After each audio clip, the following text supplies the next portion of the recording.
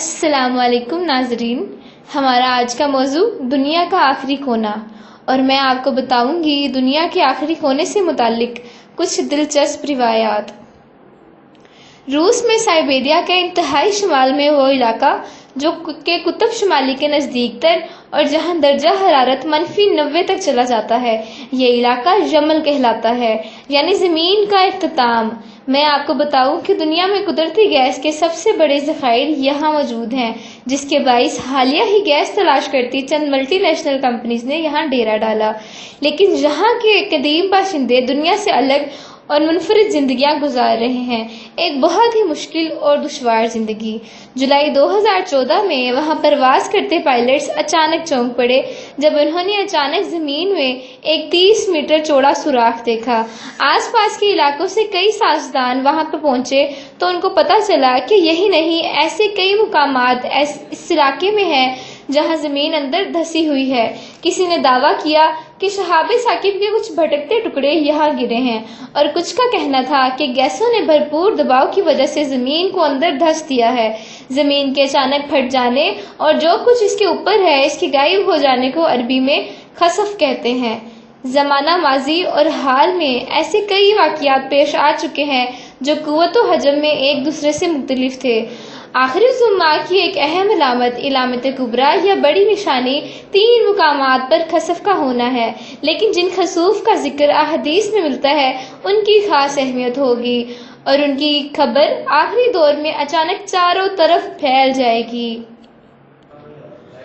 حضرت خصیبہ بنت اسین غفاری رضی اللہ عنہ سے روایت ہے کہ رسول اکرم صلی اللہ علیہ وآلہ وسلم ہمارے پاس تشریف لائے جبکہ ہم قیامت کا ذکر کر رہے تھے۔ رسول صلی اللہ علیہ وآلہ وسلم نے فرمایا کہ تم کس چیز کا ذکر کر رہے ہو؟ ہم نے عرض کی ہم قیامت کا ذکر کر رہے ہیں، تو رسول اکرم صلی اللہ علیہ وآلہ وسلم نے فرمایا کہ یقیناً قیامت اس وقت قائم نہیں ہوگی حتیٰ کہ اس سے پہلے 10 نشانیاں نہ دیکھ لو۔ پھر آپ صلی اللہ علیہ وآلہ وسلم نے ذکر کیا دھواں، خروج و دجال، خروج و دابہ، سورج کا مغرب سے طلوع ہونا، عیسیٰ ابن مریم علیہ السلام کا نزول، خروج و یاجوج و ماجوج، مشرق و مغرب اور جزیرہ نمائے عرب میں زمین کا دھس جانا، اور سب سے آخر میں جو علامت ظاہر ہوگی وہ یمن سے آگ ہوگی جو لوگوں کو ان کے محشر یعنی شام کی طرف دھکیل کر لے جائے گی۔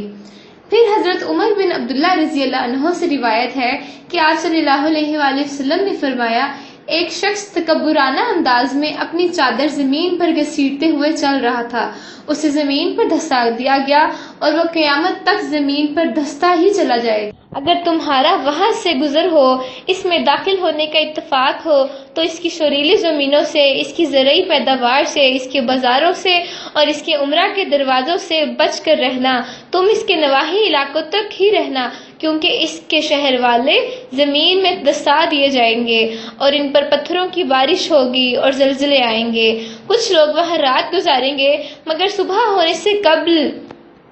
بندر اور خنزیر بن جائیں گے۔ گویا اس حدیث میں یہ خبر دی گئی ہے کہ لوگ مختلف شہروں میں جا کر آباد ہوں گے، ان میں سے ایک کا نام بصرہ ہوگا۔ آپ صلی اللہ علیہ وآلہ وسلم ہمیں خبردار فرماتے ہیں کہ اس شہر کی شوریلی زمینوں، نباتات